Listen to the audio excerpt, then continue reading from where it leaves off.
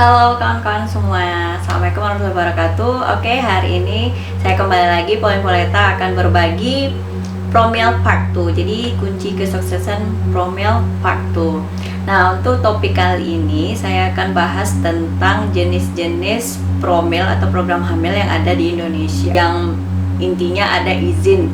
Karena ada promil yang sudah ada izin dan tidak ada izin ataupun dilarang. Oke, supaya kalian tidak ketinggalan topik pengalaman saya tentang promil, kiat-kiat sukses promil, jangan lupa ya subscribe, lalu jangan lupa like, komen kalau ada pertanyaan, dan juga yang paling penting itu adalah aktifkan lonceng, karena lonceng itu mengingatkan apa materi yang akan saya sampaikan untuk segmen berikutnya. Oke, kalau kemarin kita sudah bahas tentang 6 kunci sukses yang saya jalani untuk bisa melaksanakan promil, alhamdulillah berhasil. Sekarang saya bahas dulu tentang jenis-jenis promil. Oke, jadi jenis-jenis program hamil di Indonesia itu ada 4. Kalau secara globalnya sih yang setahu saya ya ada 5. Oke, jadi yang pertama apa itu? Yang pertama adalah terapi kesuburan. Nah, apa itu terapi kesuburan? Biasanya terapi kesuburan ini adalah metode sederhana yang akan dijalani bagi pasangan yang ingin melaksanakan promil. Nah, sementara promil itu adalah program kehamilan. Si pasangan suami istri yang misalnya baru saja menikah, lalu udah 6 bulan atau 3 bulan belum juga hamil. Nah, mereka berencana ke dokter untuk melaksanakan program hamil, artinya direncanakan. Nah, bedanya dengan normal ya mereka nggak perlu ke dokter, mereka di rumah ya working together dan akhirnya berhasil. Nah, yang promil ini direncanakan apabila ada kendala atau masalah atau ingin cepat. Jadi terapi kesuburan ini pengertiannya adalah di mana dokter obgyn akan membantu pasutri untuk menyuburkan baik itu ovum atau spermnya. Jadi ada terapi-terapi yang akan dijalani. Nah, terapi kesuburan ini sebenarnya fokusnya pada obat-obatan. Jadi obat-obatannya itu fungsinya untuk memperbaiki hormon-hormon yang harusnya diperlukan untuk ovulasi, untuk kesuburan dan lain-lain. Oke, yang pertama saya akan bahas. Jadi bagiannya yang pertama itu adalah terapi kesuburan, di mana dokter memberikan obat khusus untuk menstimulasi ovumnya supaya ovumnya itu subur. Jadi misalnya habis haid, setelah haid dia masa subur itu kan biasanya setelah haid ya 2 hari atau 3 hari atau 4 hari, itu setiap orang berbeda-beda. Jadi dokter memberikan terapi kesuburan supaya ovulasi ataupun ovumnya itu bagus, siap untuk dibuahi. Nah, itu yang pertama. Yang kedua ada lagi jenisnya membantu penderita misalnya PCOS atau Polycystic Ovary Syndrome. Jadi PCOS itu apa? Biasanya PCOS itu yang pengalaman saya ya, si ibu atau si wanita dia itu telurnya ada, tapi telurnya itu banyak lalu kecil-kecil. Sementara kan yang dibutuhkan ovulasi itu adalah satu telur di ovarium kiri atau ovarium kanan. Yang diinginkan adalah sekitar 2 mili. Jadi 2 mm itu yang harus baru bisa dibuahi oleh sperm.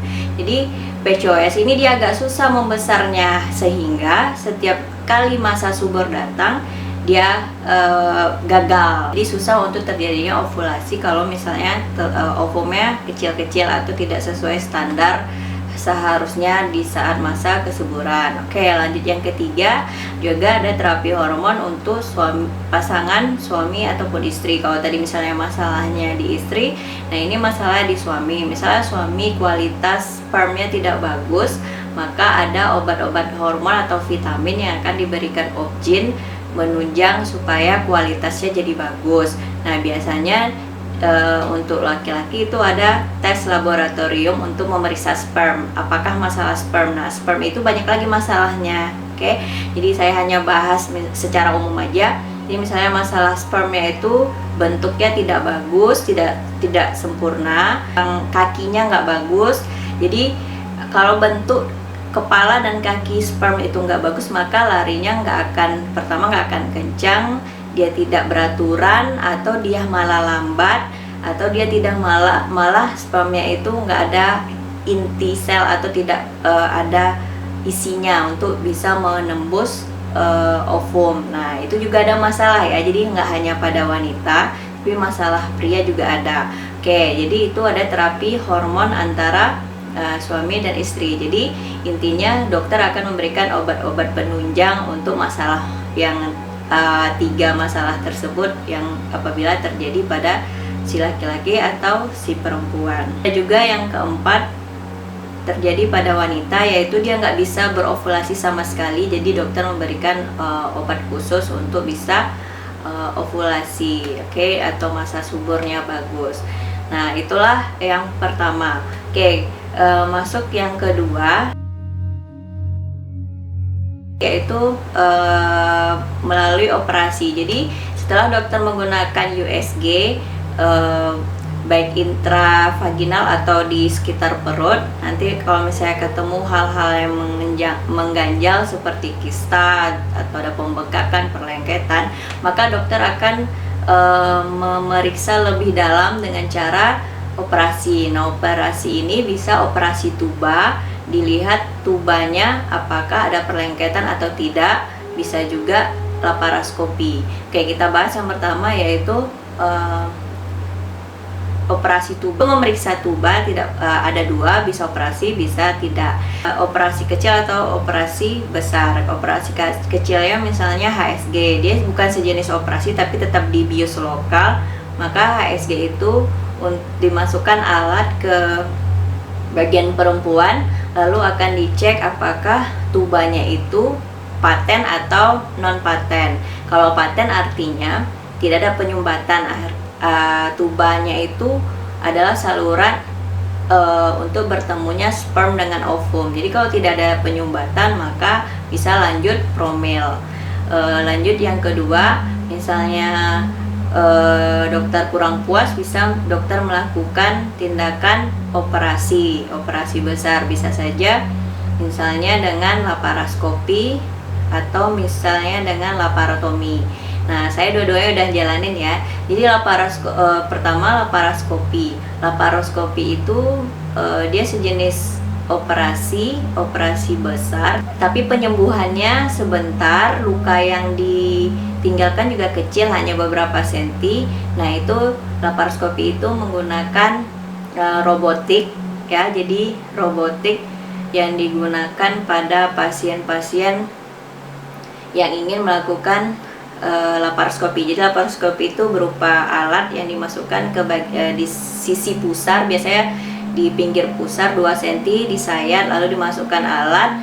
Jadi dokter tanpa perlu memasukkan tangan ke dalam bagian tubuh kita. Jadi hanya berupa alat seperti stick. Di stick itu ada kameranya, ada pisaunya, ada penjepit untuk mengambil serpihan-serpihan. Nah, jadi dengan laparoskopi ini dan karena ada kameranya, bisa dilihat apakah tubanya itu paten atau tidak. Nah, itu ya. Jadi itu metode untuk melihat tuba. Oke, berikutnya adalah dengan laparotomi. Nah, jadi laparotomi dan laparoskopi tidak hanya bisa untuk tuba, tapi bisa untuk misalnya masalah kesuburan lainnya. Misalnya pada perempuan ada kista, ada miom. Jadi kalau misalnya ada dokter infertil yang misalnya dia biasa dengan menggunakan metode laparotomi, yaitu tidak menggunakan alat seperti tadi yang robotik. Nah, laparotomi ini adalah konvensional metodenya, metode yang sudah lama dilakukan oleh dokter-dokter OB/GYN infertil, yaitu dia membelah seperti operasi sesar ya, membelah di bagian bawah pusar atau membelah di bagian pusar, tepatnya daerah rahim atau ovarium. Nah, di situ dia akan membuka dan melihat apakah ada gangguan atau misalnya penyumbatan, perlengketan, apakah ada yang harus diambil, misalnya seperti tubannya lengket atau ada miom yang harus diangkat, kista diangkat. Nah itu ya, jadi metode 2 itu bisa dilakukan sebelum promil. Jadi itu juga termasuk salah satu tindakan promil, yaitu operasi tuba ataupun laparoskopi dan laparotomi. Ya, kira-kira paham ya. Nanti kalian bisa lihat contoh laparoskopi yang pernah saya jalani.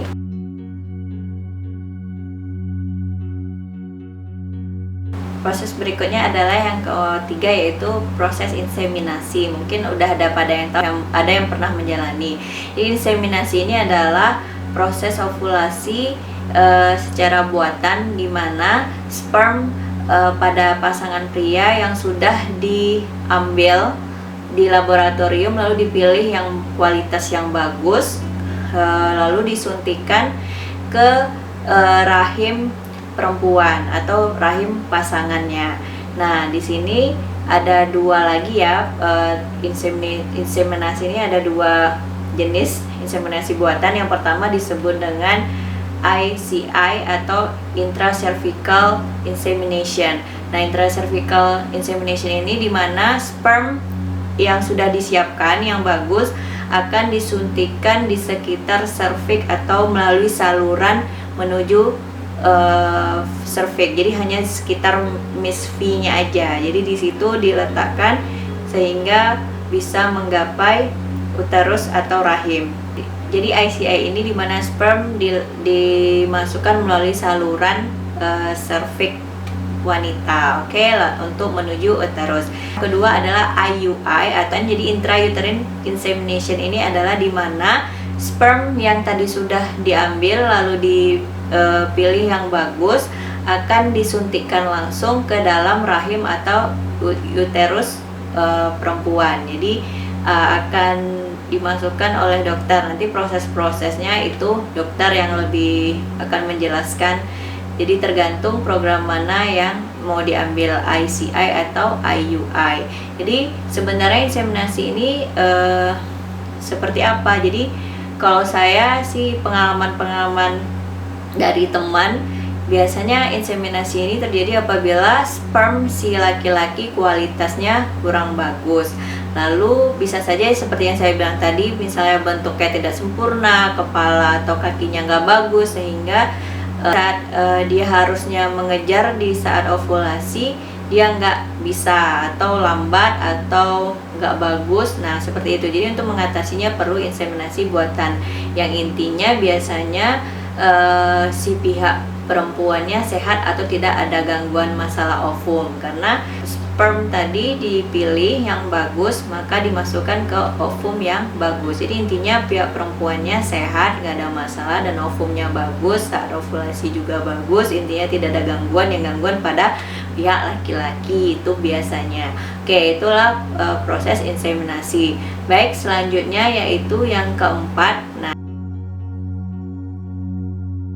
yang keempat yaitu solusi terakhir kalau langkah 1, 2, 3 tidak berhasil, maka biasanya dokter obgyn infertil akan mengarahkan kepada pasangan untuk mencoba IVF. Nah, IVF itu apa?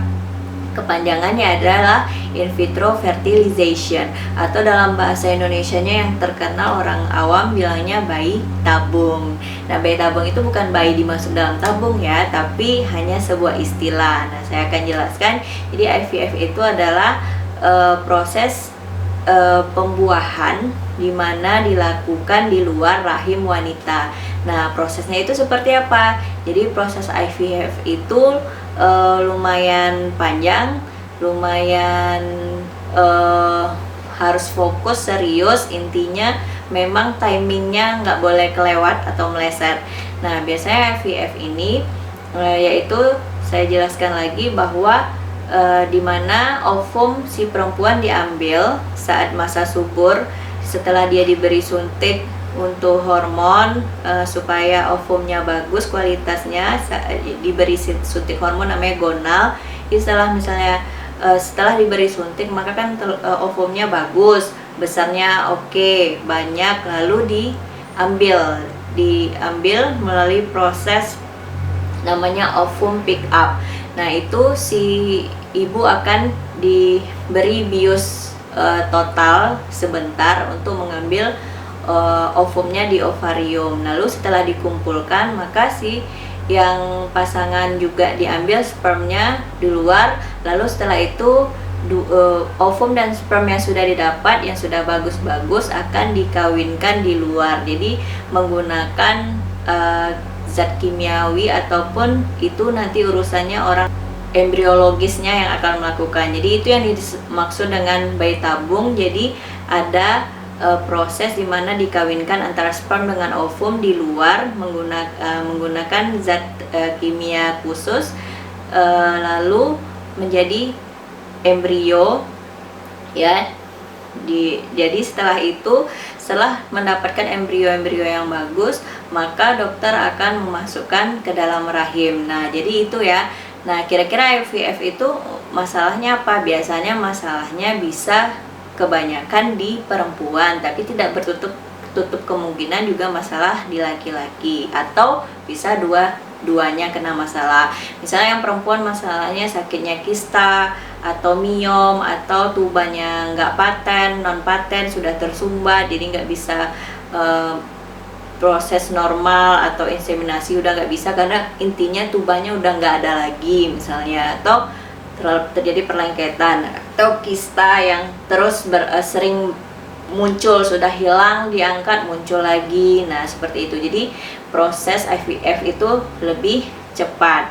Nah, jadi nanti akan saya jelaskan lagi pengalaman yang akan saya lanjutkan di tahap berikutnya.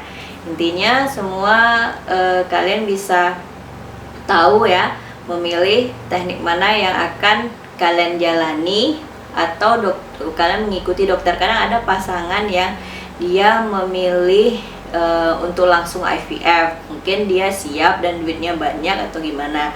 Atau ada juga yang dia mengikuti proses awal, misalnya seperti tadi terapi kesuburan, lalu setelah terapi kesuburan dicek melalui operasi tuba atau laparoskopi, setelah bermasalah baru dia inseminasi, baru setelah gagal lalu terakhir IVF. Jadi kalau saya bilang sih IVF itu adalah jalan terakhir untuk perempuan ataupun pasangan melakukan promil. Itu tahap akhir ya, kalau sudah melalui tahap-tahap yang tadi. Nah, itulah program hamil yang boleh atau yang diizinkan oleh pemerintah Indonesia. Yang terakhir itu adalah yang kelima, yang nggak boleh di Indonesia atau dilarang, adalah surrogate mother. Jadi surrogate mother itu adalah ibu sambung, dimana ibu sambung itu akan digunakan pada bisa proses inseminasi, bisa proses IVF. Nah, surrogate mother ini adalah yang dimaksud dengan ibu sambung. Misalnya si wanita, dia rahimnya diangkat, rahimnya udah nggak ada, maka dokter akan mencari wanita yang subur yang bisa untuk dibuahi oleh pasangan. Nah, kalau di Indonesia itu belum boleh ya, atau tidak boleh karena kita mayoritas Islam, jadi nggak ada yang namanya istilah ibu sambung. Jadi seperti inseminasi juga, misalnya disuntikkan ke perempuan lain, atau IVF embrionya ditanam ke rahim orang lain. Nah, itu nggak boleh. Dan yang kedua juga tidak boleh yang namanya donor sperma. Misalnya tadi, kalau yang tadi perempuan yang masalah, kalau ini kebalik, si laki-laki yang bermasalah lalu dicari laki-laki yang spermnya bagus, disuntikan ke pasangannya, itu juga nggak boleh, jatuhnya haram ya kalau dalam Islam. Jadi di Indonesia karena mayoritas Muslim, jadi tidak ada yang namanya surrogate mother ataupun donor sperm, jadi ya nggak ada ya. Jadi itulah 5 program hamil, 4 yang dibolehkan dan 1 dilarang di Indonesia, dan itulah yang saya ketahui sejauh ini proses atau program kehamilan. Jadi bagi pasangan yang sudah berkonsultasi ingin melakukan yang mana, tinggal pilih, atau bisa langsung ke dokter obgynnya masing-masing, dokter infertil, untuk berkonsultasi langkah mana yang akan dilaksanakan. Oke, semuanya terima kasih untuk hari ini, semoga bermanfaat. Yang lagi menjalani promil, stay tune on my YouTube channel karena ada berbagai macam info dan tips yang menarik yang berdasarkan my experience yang akan saya share buat kalian, karena saya merasakan gimana perjuangan seorang ibu dan seorang calon ibu dan calon bapak untuk mendapatkan buah hati atau keturunannya. Oke, sekian dulu ya. Nanti jangan lupa hidupkan loncengnya, aktifkan untuk informasi-informasi menarik yang lainnya. Dadah.